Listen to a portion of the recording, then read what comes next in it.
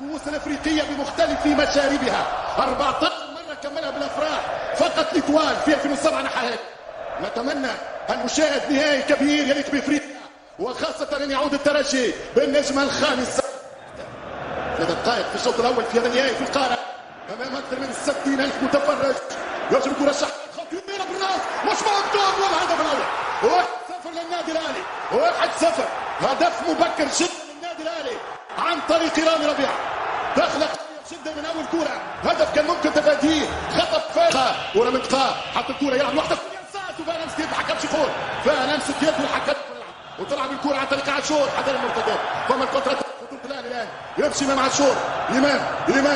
الميدان امام عاشور يراوغ بسهوله الان يرجع الكوره خطيره شوط ومرت سلامات كوره ويسام ابو علي. فرصه كبيره ترجي ينزل يهاجم ولكن بتوازن شاهدوا لمسه اليد ثم لمسه يد واضحه جدا على امام عاشور مرياح كره غاته من ياسين تسديد للنادي الاهلي خطيره من الدفاع مش متوازن وصعبه جدا بالراس وترجع الكره مره اولى مره ثانيه حتى له مرياح ويشوط كان سيطاو مش ممكن هذه الاخطاء الفرديه لحد الان في ال20 دقيقه الاولى الاخطاء الفرديه تمكن الاهلي منها بسبب وسط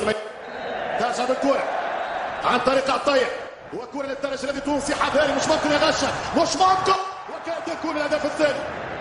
كاد يكفي غش احلام الترجيين في هذه الكره وهذه الهفه برشا ممتاز جدا للوصول الى النهايه. يرجع شحات يرد بالك وكره برا ليش نهائي الدقيقه والراحه والوجه مطلوب ترجع الكره عن طريق امام عاشور يمشي الكره فؤاد حط الكره باش يشوط الكره ويتصدى مماش في وقت الحديث على الترجي زي الشوط هاو يظهر لي المسؤولين الان ترجع الكره من غيلان الاهلي يضغط والكره خطيره جدا للنادي الاهلي مش ممكن خطا فادح ويدخل الدفاع الترجي مش موجود في هذا الشوط الاول. عبد المنعم شحات عاشور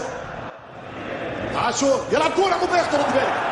النادي الاهلي قاعد يستعمل في اسلحته. النادي الاهلي لازم مره كملها بالافراح فقط لتوال في 2007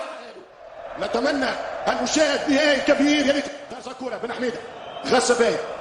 يمشي مدام 1-0 لسنا حيين يمشي بالكره اساس يرجع ينساس يمشي يعني حط الكره يتقاع يمشي شوط يتقاع شوط كوره على شوط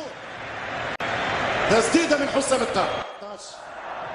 ترجع كوره روشي اولو حط الكوره بن حميده توجاي اساس رودريجو يلا يا اساس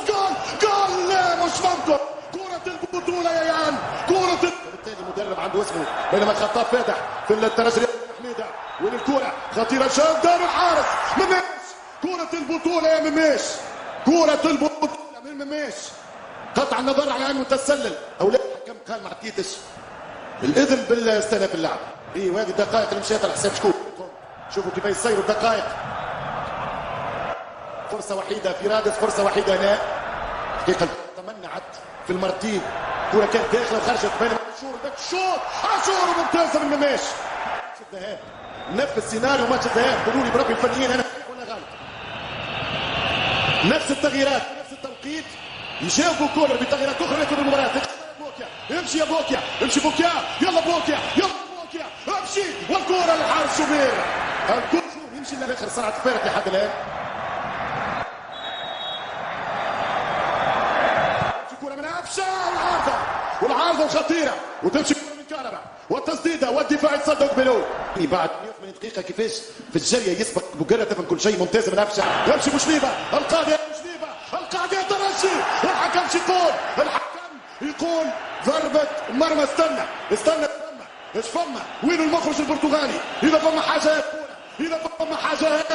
ايش قال الحكم في بينالتي املاني بوكيا لازم نعاودوا نشوفوا اللي عاد لازم